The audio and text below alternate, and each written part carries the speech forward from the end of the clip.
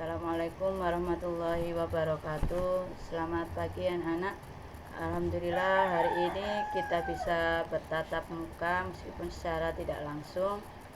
Baiklah anak-anak, untuk materi berikutnya kita melanjutkan bab ke-8. Insya Allah ini bab yang terakhir pada kelas 11 ini. Bab 8 tentang bermain drama.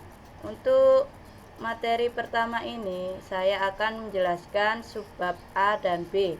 Subbab A tentang mengidentifikasi alur cerita, babak, dan konflik dalam drama yang dibaca atau ditonton. Dan yang kedua, mempertunjukkan salah satu tokoh dalam drama yang dibaca atau ditonton secara lisan. Itu yang nanti akan saya jelaskan. Silakan disimak dari awal hingga akhir. Kita mulai untuk materi yang pertama, yaitu mengidentifikasi alur cerita, babak, dan konflik dalam drama yang dibaca atau ditonton. Sebelumnya kita mengenali sebuah drama itu dulu ya. Apa sih drama itu? Drama yaitu sebuah cerita atau kisah yang menggambarkan kehidupan dan watak melalui tingkah laku, atau istilahnya itu acting atau dialog yang dipentaskan. Jadi untuk drama ini yang kita pertunjukkan, yang kita tontonkan itu bukanlah watak kita yang sesungguhnya. Dengan kata lain, kita menirukan atau mencontohkan watak orang lain dalam suatu panggung yang dikatakan drama. Jadi kita menceritakan kisah orang lain, bukan kisah kita sendiri, seperti itu. Selanjutnya, dalam sebuah mementaskan drama dapat membuat kita mengenal berbagai karakter. Mengapa demikian? Ya karena kita memainkan banyak karakter ya dalam sebuah drama. Misalkan drama judul A, kamu menjadi atau berperan sebagai ayah. Jadi kamu punya karakter sebagai ayah dengan usia kalian 17 tahun misalkan. Nah, jadi itu kan kamu membuat peran ganda. Peran kamu yang sesungguhnya yang masih usia anak ya, 17 tahun. Sedangkan dalam pertunjukan drama kamu sudah dituntut menjadi sosok ayah yang kurang lebih usianya 30 tahun ke atas. Ya, itu kan bertentangan dengan karakter kamu sebenarnya kan. Nah, itu yang harus ditunjukkan. Jadi tidak boleh kamu menjadi peran sosok ayah tapi ayah yang usia 17 tahun seperti tingkah laku kalian, itu yang tidak boleh. Makanya kemudian di judul yang B, kamu berubah menjadi karakter sosok anak yang masih usia 5 tahun. Nah, bagaimana? Ya itu. Jadi dari judul A ke B itu kan kamu bisa belajar karakter yang beda lagi. Belum nanti judul C dan seterusnya. Makanya dengan kita mementaskan sebuah drama, kita belajar mengenal berbagai karakter, dari karakter anak-anak sampai karakter orang tua, seperti itu. Selanjutnya ini, karakter yang dimunculkan dalam sebuah drama adalah karakter rekaan dari penulis. Ada juga berdasarkan kisah nyata yang dialihkan ke dalam tulisan atau naskah. Jadi karakter ini adalah hayalan atau rekaan penulis saja, penulis naskah, untuk membuat sebuah cerita rekaan. Jadi cerita dari awal sampai akhir itu semuanya adalah rekaan. Kemudian ada juga sesuai dengan kisah nyata.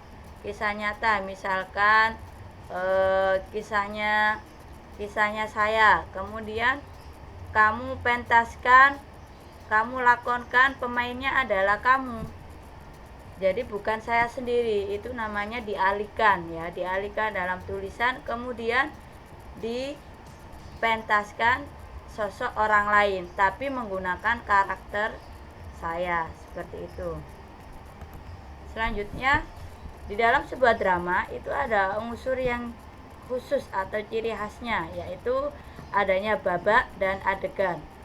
Babak ini adalah bagian dari lakon drama. Semisal satu lakon terdiri atas 2 atau lebih babak. Jadi dalam sebuah cerita ya secara utuh itu ada yang terdiri dari 1 babak saja atau bahkan lebih. Sedangkan adegan adalah bagian dari babak yang hanya bagian dari rangkaian suasana. Jadi seperti itu.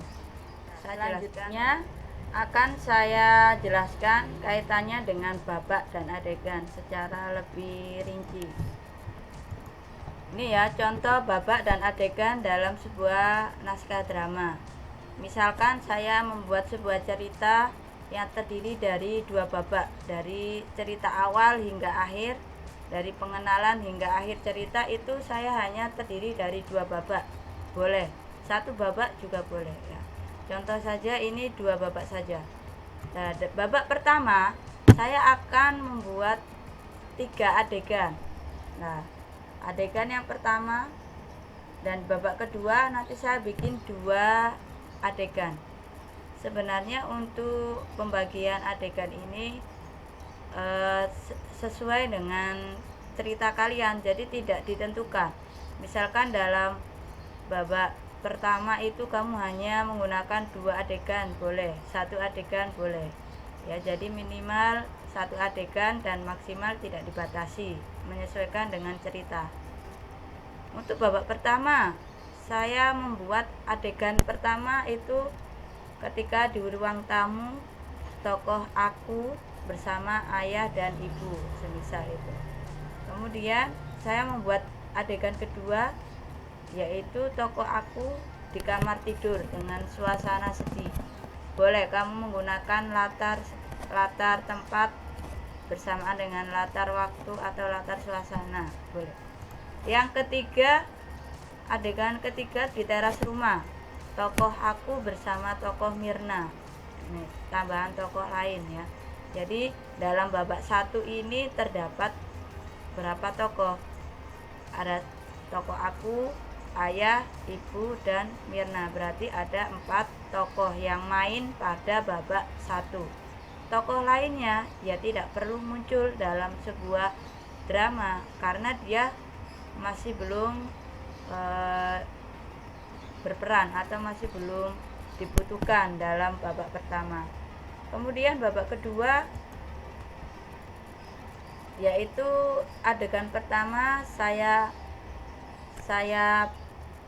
latarnya itu di warung makan dekat rumah dengan tokoh aku bersama tokoh Mirna.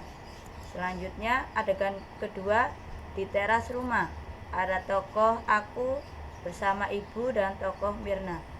Jadi untuk babak kedua yang muncul itu 1, 2, 3, berarti hanya 3 tokoh. Yang babak pertama 4 tokoh, yang babak kedua 3 tokoh saja. Nah, untuk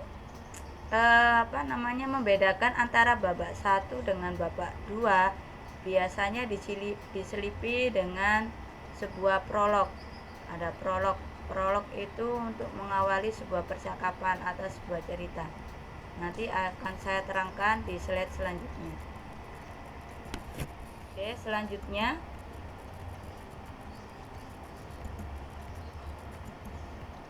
kaitannya dengan struktur drama ya. Dalam sebuah drama juga memiliki sebuah struktur.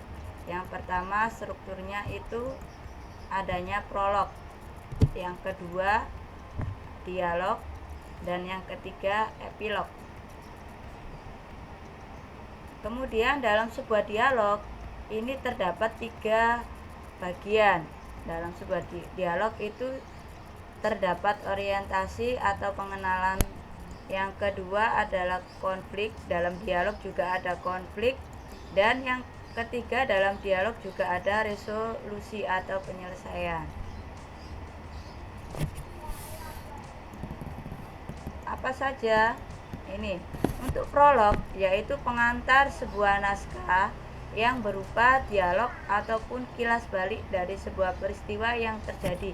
Pada intinya prolog ini sebuah pembuka ya, pembuka cerita atau istilahnya itu pengantar cerita. Semisal ada kata suatu pagi yang cerah pukul 6 tepat. Nah, misalkan seperti itu. Berarti menggambarkan prolognya adalah suasana di pagi hari dan waktu ya. Jadi ada latar suasana dan latar waktu. Boleh tidak prolog itu dibuat untuk mengenali tokoh? Boleh. Misalkan Mirna adalah sosok perempuan yang cantik, yang lugu dan lain sebagainya. Itu berarti prolognya berupa pengenalan tokoh. Jadi untuk prolognya ini bisa variatif ya. Boleh tentang pengenalan tokoh, pengenalan suasana, pengenalan waktu dan lain sebagainya. Nah, kemudian ada dialog. Dialog ini sebuah percakapan yang dilakukan oleh dua orang atau lebih dengan maksud tertentu untuk tujuan jalannya cerita. Jadi dialog ini sesuai dengan naskah drama yang sudah ditentukan dan tidak boleh keluar dari naskah drama. Boleh adanya improvisasi. Improvisasi itu perbaikan, tapi tidak menghilangkan makna atau tujuan cerita itu. Gunanya improvisasi semisal ketika drama berlangsung ya, pementasan drama, kemudian tokoh A itu berperan sebagai ayah, dia lupa, dialognya itu lupa. Kemudian tokoh B sebagai anak, dia ingat dialognya ayah. Kemudian seharusnya yang berdialog itu adalah tokoh ayah, namun tokoh ayah itu lupa, diam. Maka tokoh B itu bisa langsung memberikan sebuah dialog dengan dialog lain yang membuat tokoh ayah ini bisa nyambung dengan dialognya tokoh B, tapi tidak langsung keluar dari cerita, hanya membuat istilahnya itu membuat rangsangan sehingga tokoh ayah ini menjadi ingat, yang awalnya lupa itu menjadi ingat dan tidak membuat penonton itu memberikan sebuah asumsi bahwasanya tokoh ayah ini lupa berdialog. Nah, seperti itu. Dengan kata lain, tokoh B menutupi kesalahan tokoh A. Kemudian ada keramagung. Keramagung itu suatu tindakan yang harus dilakukan oleh tokoh dalam suatu drama atau terdapat kalimat bercetak miring dalam kurung. Nah, biasanya ini sebuah tindakan yang dilakukan tokoh dalam berdialog, tidak untuk diucapkan secara lisan tapi melalui tindakan. Itu namanya keramagung. Kemudian ada epilog. Epilog itu sebuah kata atau kalimat penutup yang mengakhiri sebuah cerita, umumnya berisi amanat atau kesimpulan. Nah, epilog ini biasanya kalau sekedar kata ya tulisannya tamat atau selesai. Itu adalah sebuah kata epilog atau untuk mengakhiri sebuah cerita. Ada juga sebuah kalimat ya yang agak panjang. Biasanya muncul setelah dialog yang paling akhir. Sebuah kesimpulan yang diucapkan atau yang didialogkan oleh tokoh tersebut. Ini saya buat sebuah contoh ya yang sudah saya berikan tadi. Ini sebuah cerita dari tokoh aku ya, berarti tokoh utamanya itu menceritakan dirinya sendiri. Ada sebuah ini prolognya. Prolog menggunakan latar waktu dan ya ini latar waktu saja. Tepat pukul 7 aku teringat tentang janji kepada teman akrabku namanya Mirna untuk pergi ke mall yang terletak di seberang jalan raya. Segera aku percepat langkahku menghampiri ayah seusai berias diri. Nah, ini posisinya prolognya dari tokoh aku. Kemudian ada babak 1. Nah, babak 1 untuk adegan pertama tadi di mana? Di ruang tamu. Nah, ini dialognya. Saya buat dialognya yang lebih singkat saja ya, untuk memperjelas perbedaan antara babak dan adegan. Tokoh aku, ya, bolehkah aku pergi bersama temanku nanti pukul 9 ke mall dengan nada merajuk? Berarti dia posisinya ini adalah keramagungnya. Posisinya dia merajuk itu merayu ya, berarti dengan nada merayu. Kemudian ayah, tidak boleh, kamu tahu kan sekarang sekarang wabah masih belum hilang. Jika ingin pergi, pergilah, tapi yang dekat dengan rumah saja. Nah, yang saya ucapkan tadi adalah juga salah satu contoh improvisasi ya, dengan teks yang sudah saya buat dan yang saya ucapkan kan tidak sama persis kata-katanya, cuma maknanya sama. Itu namanya improvisasi. Kemudian tokoh aku berdialog, baiklah ya, dengan wajah sedih. Berarti dia berdialog dengan wajah sedih tanpa basa-basi, segera menuju kamar. Nah, berarti ini adalah tindakan tokoh aku ketika setelah mengucapkan berdialog ini, kemudian dia bergegas menuju ke kamar. Setelah itu ada adegan kedua, tadi adegannya di kamar. Ini ya, aku pun sedih karena rencana batal, aku segera menghubungi Mirna. Nah, ini dia tindakannya mengambil handphone dan menghubungi Mirna. Kemudian tokoh aku, hai Mir, maaf ayahku tidak mengizinkan untuk pergi ke mall, namun ayah mengizinkan kita pergi ke tempat yang dekat dengan rumah saja. Bagaimana? Nah, kata bagaimana ini kan tidak ada di dialog, cuma saya membuat improvisasi. Boleh, pokoknya improvisasinya itu sesuai dengan dialognya. Kemudian Mirna menjawab, oke, tidak apa-apa, nanti kita pergi ke tempat makan aja dekat rumahmu ya, nanti ku jemput pukul 9. Nah, itu juga ada improvisasi yang masih sesuai dengan naskah drama. Selanjutnya,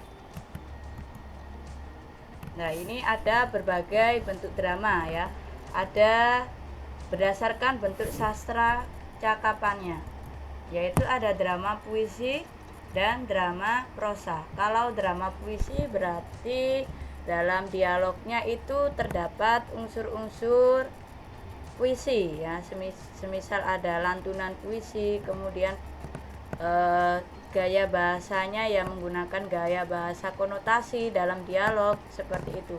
Kalau drama prosa ya drama cerita naratif biasa seperti yang saya contohkan tadi, itu termasuk drama prosa, di mana tidak menggunakan kata-kata yang berkonotasi, tapi menggunakan kata-kata yang sederhana yang mudah dipahami.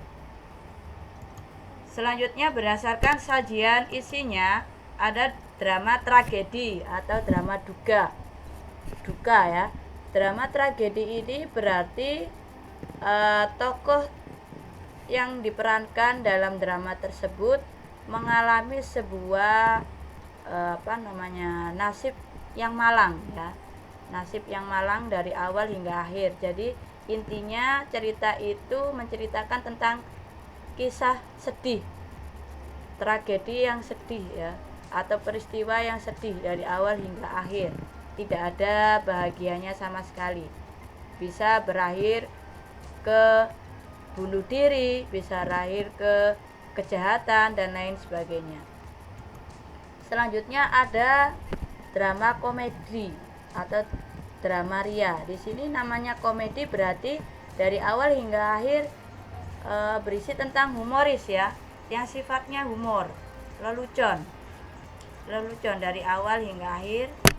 Kemudian ada komedi tragikomedi ya, berarti di sini ada drama dukaria, di mana dalam cerita yang disampaikan itu juga ada kisah sedihnya dan ada kisah bahagianya, jadi campur. Itu namanya tragikomedi. Selanjutnya berdasarkan kuantitas ya. Kuantitas itu jumlah dialognya. Ada yang namanya pantomim. Pantomim itu drama yang hanya ditunjukkan itu gerakan atau tindakannya saja tanpa ada dialog sama sekali. Jadi tidak ada dialog, jadi hanya gerakan. Kalau menyapu ya menggunakan gerakan menyapu seperti itu. Selanjutnya ada mini kata, yaitu drama yang dialognya singkat-singkat saja. Jadi tidak terlalu panjang lebar dan ekspresinya juga biasa ya. Jadi tidak terlalu membutuhkan dialog yang banyak. Kemudian ini ada dialog dan monolog, di mana ceritanya dialog ini yang panjang ya. Ceritanya naskahnya yang panjang. Kalau dialog berarti 2 orang atau lebih dengan naskah drama yang panjang. Kemudian kalau monolog itu drama tunggal. Jadi dia di panggung itu bercerita. Istilahnya seperti mendongeng. Jadi dia yang berperan tokoh A ya 1 orang, tokoh B ya orang itu lagi, tokoh C juga orang itu lagi. Dia teriak-teriak sendiri, nangis-nangis sendiri, menggunakan gerakan-gerakan sendiri. Pokoknya permainan tunggal. Selanjutnya ini berbagai bentuk drama lagi ya. Selanjutnya berdasarkan besarnya pengaruh unsur seni lain, namanya opera ya. Opera ini unsur seni lain itu misalkan dengan seni musik, seni tari, dan seni yang lainnya. Yang pertama itu opera. Opera itu hubungannya dengan dialog yang disertai dengan musik ya, musik seperti kalau dalam film itu dalam channel Opera Van Java. Nah, Opera Van Java itu salah satu contoh drama opera di mana ada hubungannya dengan dialog kemudian diiringi dengan musik. Selanjutnya ada sendera tari. Sendera tari ini berarti sebuah drama yang diiringi dengan sebuah tarian, yaitu sendera tari. Selanjutnya ada tablo. Tablo ini ada 2 unsur. Yang satu itu seperti pantomim ya, pantomim. Kemudian unsur lainnya itu adalah sebagai narator, sebagai pencerita. Jadi di dalam sebuah panggung ada narator, kemudian ada tablo, pemain tablo atau pemain yang tidak melakukan dialog, dia hanya gerakan seperti pantomim. Selanjutnya yang bentuk-bentuk lainnya, ini ada drama absurd.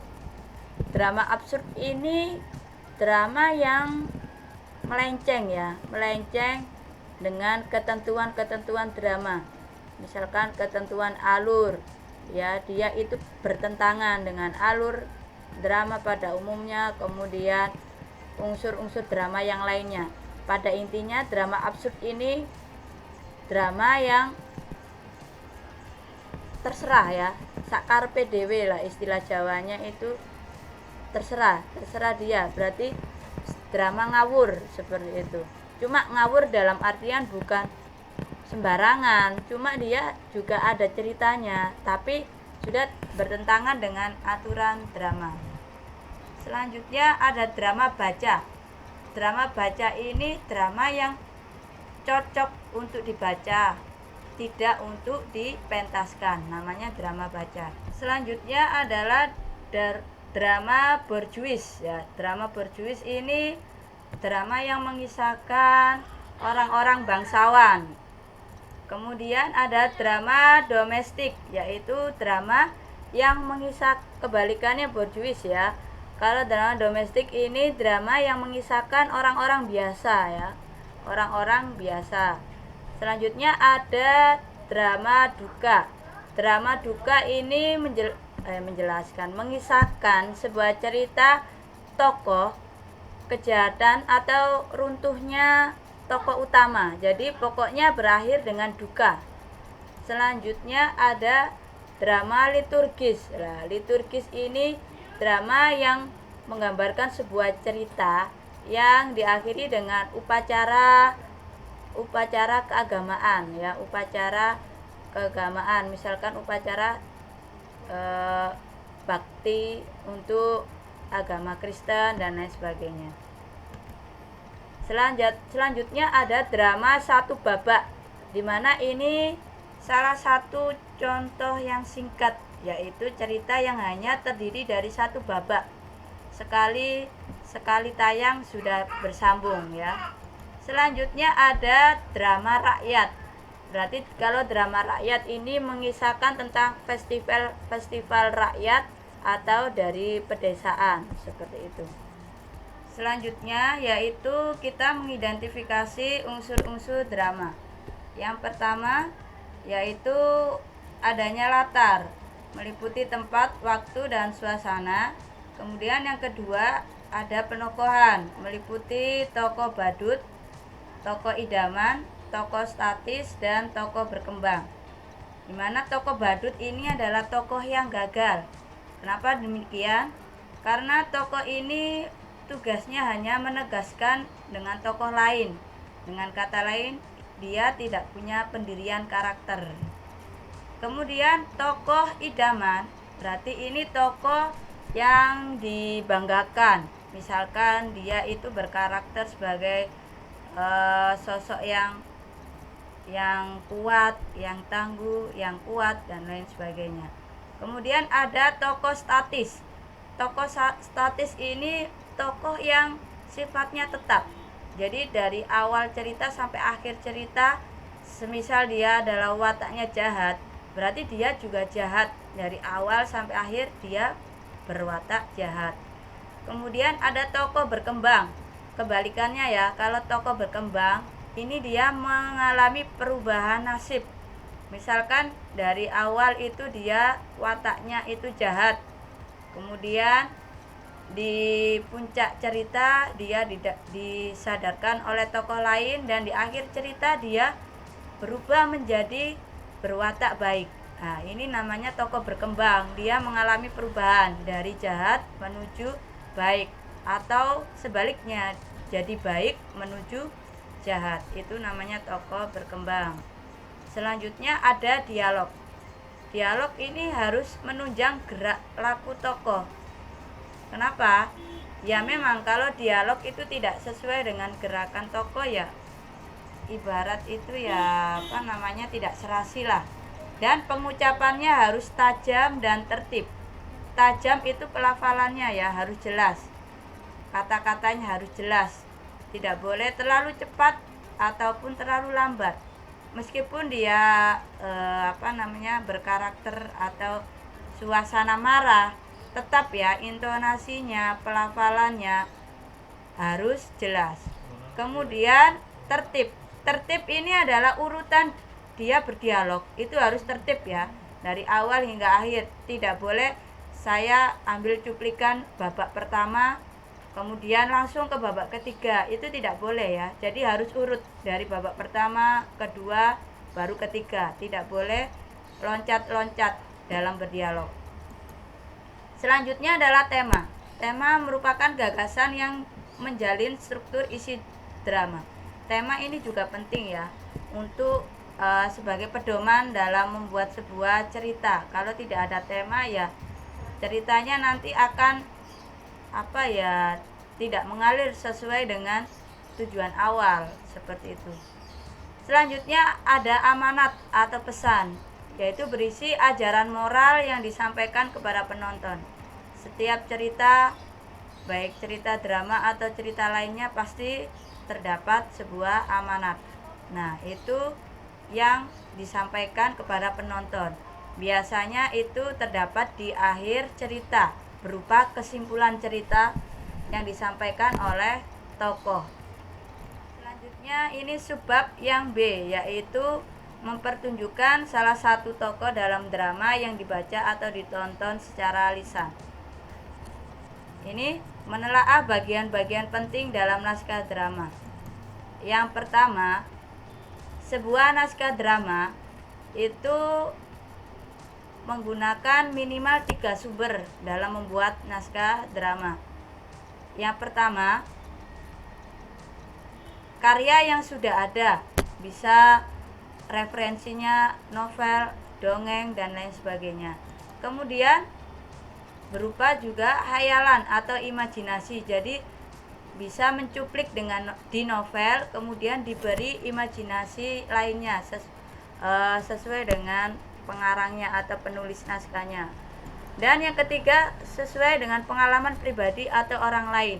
Pada intinya, naskah drama ini terdiri atas 3 unsur ini, yaitu mencontoh referensi yang sudah ada, kemudian ditambahkan dengan imajinasi dan pengalaman pribadi atau orang lain. Selanjutnya, mengubah cerita itu dari narasi, dialog. Novel itu kan sebuah cerita naratif ya. Kemudian cerita itu kita ubah menjadi sebuah dialog. Kemudian ciri utama drama yakni penyajian cerita naskah berbentuk dialog itu. Ini selanjutnya yaitu menyusun langkah-langkah dalam menulis drama secara umum ya. Yang pertama yaitu kita harus menentukan tema dulu. Kalau kita membuat sebuah drama, kita harus menentukan tema. Semisal temanya persahabatan atau temanya perjuangan dan lain-lain. Yang kedua yaitu kita mengumpulkan bahan ya. Bahan ketiga tadi referensi dari cerita lain, bisa berbentuk novel atau dongeng atau lain. Kemudian yang kedua ditambahkan imajinasi kalian. Yang ketiga ditambahkan dengan pengalaman pribadi atau pengalaman orang lain. Selanjutnya menyusun kerangka atau alur cerita. Jadi silakan dibuat alur cerita sesingkat-singkatnya. Gunanya untuk apa ya? Ketika kamu nanti membuat naskah drama itu sesuai dengan alur cerita, tidak terlalu melebar juga tidak terlalu cepat ya, sesuai dengan kerangka yang sudah kalian buat. Selanjutnya mengembangkan kerangka menjadi cerita atau naskah yang utuh. Nah, jadi dari kerangka tadi, tiap kerangka kamu bikin pengembangan ceritanya berupa dialog seperti itu, sesuai dengan aturan membuat naskah drama. Baiklah, itu yang saya jelaskan dari subbab A dan subbab B tadi. Untuk melatih pemahaman kalian, ini saya punya lembar kerja siswa ya. Ada 2 lembar kerja siswa. Yang pertama ini tolong diperhatikan, yaitu silakan dikerjakan sesuai instruksi berikut ini. Yang pertama, silakan ditonton sebuah drama yang berjudul Barang Antik pada link YouTube ini, bit.ly drama Barang Antik. Jika link ini tidak kalian temukan, silakan kalian buka channel saya. Nanti di situ silakan dicari judulnya drama Barang Antik. Selanjutnya, setelah kamu tonton dari awal hingga akhir, kurang lebih drama itu berdurasi 10 menit. Silakan dianalisis tema. Kira-kira temanya apa? Yang kedua, terdiri atas berapa babak dan tiap babak terdiri atas berapa adegan. Silakan dibuat seperti yang sudah saya contohkan di slide sebelumnya ya. Misalkan babak 1, adegan 1 itu silakan diberi keterangan apa. Babak 2 diberi keterangan apa. Seperti itu. Selanjutnya, daya tarik menurut Anda.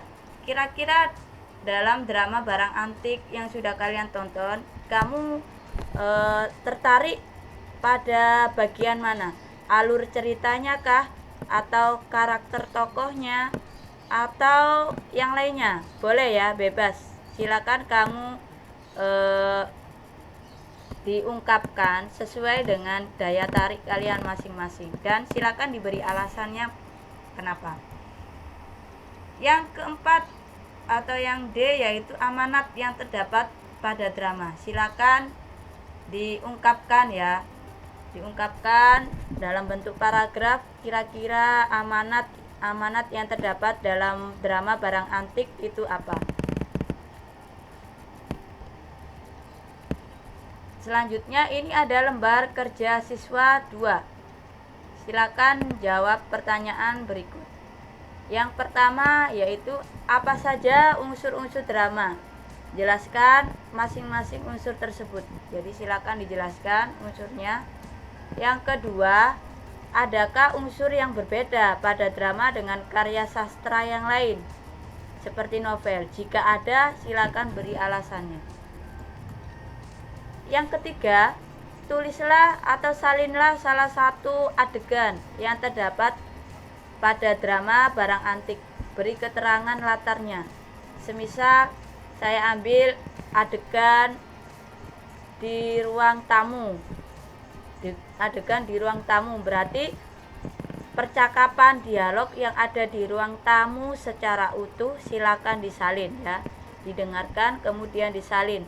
Apapun yang diucapkan tokoh disalin. Kemudian itu pasti ada kramagungnya. Jadi itu juga silakan dicatat. Misalkan tokoh Juminten berbicara sambil menyapu, ya berarti dalam kurung kamu tulis sambil menyapu seperti itu. Jadi silakan ditulis dialog beserta kramagungnya. Untuk teknik pengumpulan tugasnya, yang pertama silakan dikerjakan pada file Microsoft Word ya yang sudah saya sediakan. Nanti jawabannya juga silakan ditulis di situ. Jadi kalian tidak perlu membuat Microsoft Word yang baru. Selanjutnya dijadikan satu file ya, LKS 1 dan LKS 2, dan dikumpulkan pada tanggal 11 April paling lambat pukul 9 malam. Nah, ada pengumuman. Yang pertama, saya membuka forum diskusi melalui grup WA dari pukul 7 sampai pukul 1 siang pada jadwal yang sudah ditentukan, yaitu tanggal 11 April 2020. Selanjutnya, silakan mengisi kehadiran ya, presensi kalian masing-masing pada kolom komentar di bawah video materi ini. Karena ini saya catat sebagai poin keaktifan kalian. Yang ketiga, jangan lupa subscribe ya untuk melihat materi-materi saya berikutnya supaya tidak tertinggal.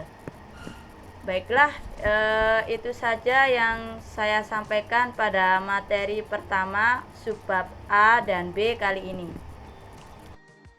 Ya, anak-anak sekalian, silakan dicermati video saya dari awal hingga akhir. Jika nanti ada yang ditanyakan, silakan ditanyakan lewat grup WA. Semoga bermanfaat apa yang sudah saya sampaikan. Saya akhiri, wassalamualaikum warahmatullahi wabarakatuh.